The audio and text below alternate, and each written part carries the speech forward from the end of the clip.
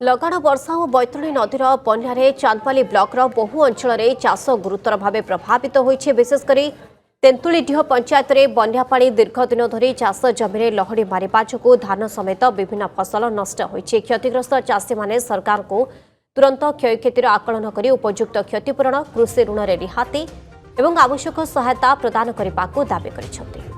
बन्या उजाड़ी देला वर्षकर अमल लोकंकर चाष भी गला बास भी गला एबे आहाकार करुचंती चाषी। आमे आसी पहुंचीचु तेंतुली पंचायत रे। एडी सीधा सड़क चाषी सहित कथा कौन क्षति होइछि कौन कहबे कौन कौन क्षति होइछि। देखंतु चांदवाली ब्लॉक तेंतुली ग्राम पंचायत रे आम पंचायत रे प्राय 2000 ऊर्ध्व परिवार चाषबास करती। आमर यही चाषबास ही जीवन जीविका यहीटार आमर खाइबा पीवा सारा वर्षर खर्च ता संगे पिला छुआंकर पाठ पढ़ा सबकिछि आम चाष उपर निर्भर करे। किंतु आज यही भयंकर बन्या परिस्थिति रे आमर समस्त चाषबास जमी समस्त नष्ट हो जाइछि, किछि भी नाही, पचिकी गोबर हो जाइछि। तेणुक बर्तमान आम सरकार पाखे साहाय्यर निवेदन करछु, यदि तुरंत आमको साहाय्य कर जाऊ किमिति आम चाषबास करिपारिबु। बिहन आउ ता संगे से सार फार भल मंद जहाँ भी अच्छी साहाय्यर तुरंत हाथ बढ़ाइले आम पुणी चाषबास करिपारिबु एवं आम छुआ पिला खाइबा पीवा कतुर नहीं पाठ पढ़ा पर्यंत सबकिछि आम करिपारिबु। आम ये सब जदि साहाय्य न मिले ताले आम बाध्य होइकि आत्महत्या करियार भी समय आसीजो आम पाखु। आगामी दिन सक्रिय होइकि चाषबास करिया पई चिंता करिवु, नतत आमर आउ किछि उपाय नाही, संपूर्ण पचिकी गोबर हो जाइछि। जहाँ प्रतिक्रिया रखुले पानी 8 ରୁ 10 दिन रहा सहित एवं पानी आंठे आंठे रही चाष जमी एवं सुधा चाषी मैंने बहुत समस्या अच्छा। आम आउ जन चाषी अच्छे आम कथा आप चाष करते? मु सर 10 एकर चाष करती। गुरु गाई खुटा गाई भी महिषी मो पाखर अच्छा। प्रतिक्रिया रखुले गोरु गाई समस्या रही सब कहला पाखापाखि तेंतुली पंचायत में 2000 ऊर्ध्व चाषी हेक्टर जमी चाष करते संपूर्ण भाव में बन्या पानी नष्ट हो जाइए। जदि सरकार पक्षर आकलन कर सठिक तदंत कर चाषी मान क्षतिपूरण दि जाए निश्चित भाव चाषी उपकृत हो प्रतिक्रिया रखुंट।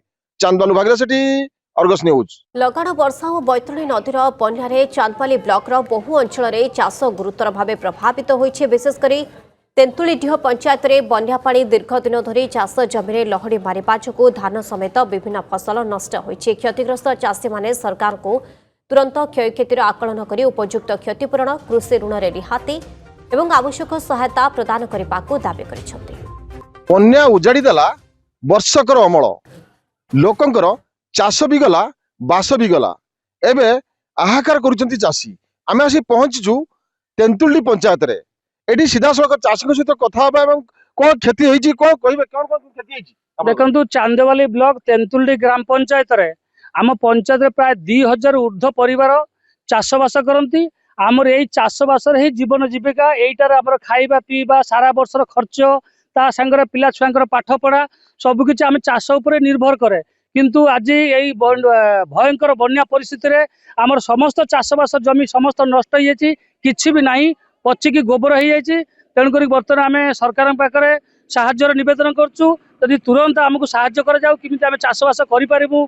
बिहन आउ ता संगे से सार फार भल मंद जहाँ भी अच्छी साहाय्यर तुरंत हाथ बढ़ाइले आम पुणी चाषबास करिपारिबु एवं आम छुआ पिला खाइबा पीवा कतुर नहीं पाठ पढ़ा पर्यंत सबकिछि आम करिपारिबु। आम ये सब जदि साहाय्य न मिले ताले आम बाध्य होइकि आत्महत्या करियार भी समय आसीजो आम पाखु।